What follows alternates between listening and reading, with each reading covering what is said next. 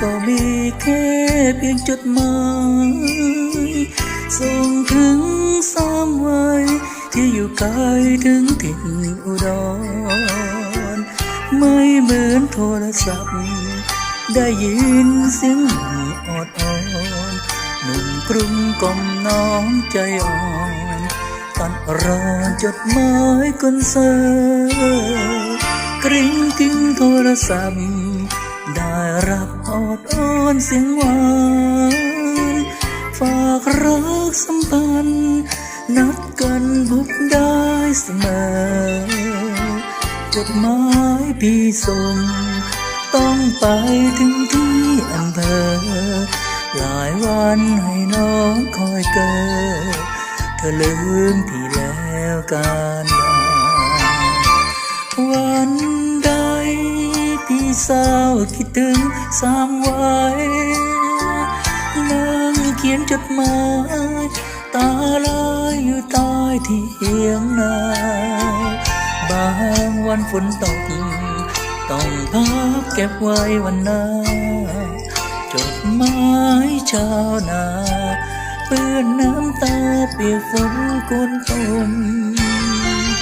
จึงเจียมใจว่าหนุ่มชาวนาไม่ทันสมัยไม่หวานทันใจเมื่อไหลนอได้ใจชมแพ้โทรศัพท์จดหมายพี่ต้องคืนคมลายมือพี่แพ้คารม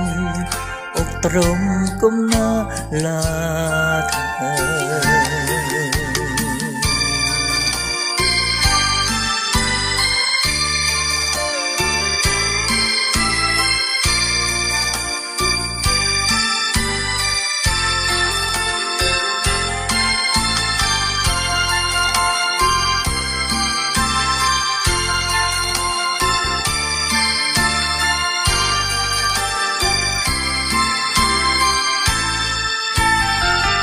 จึงเจียมใจว่าหนุ่มชาวนาไม่ทันสมัยไม่หวานทันใจเมื่อไหลเราได้เชยชมแพ้โทรศัพท์จดหมายพี่ต้องคืนคงลายมือพี่แพ้คารมอกตรงก้มหน้า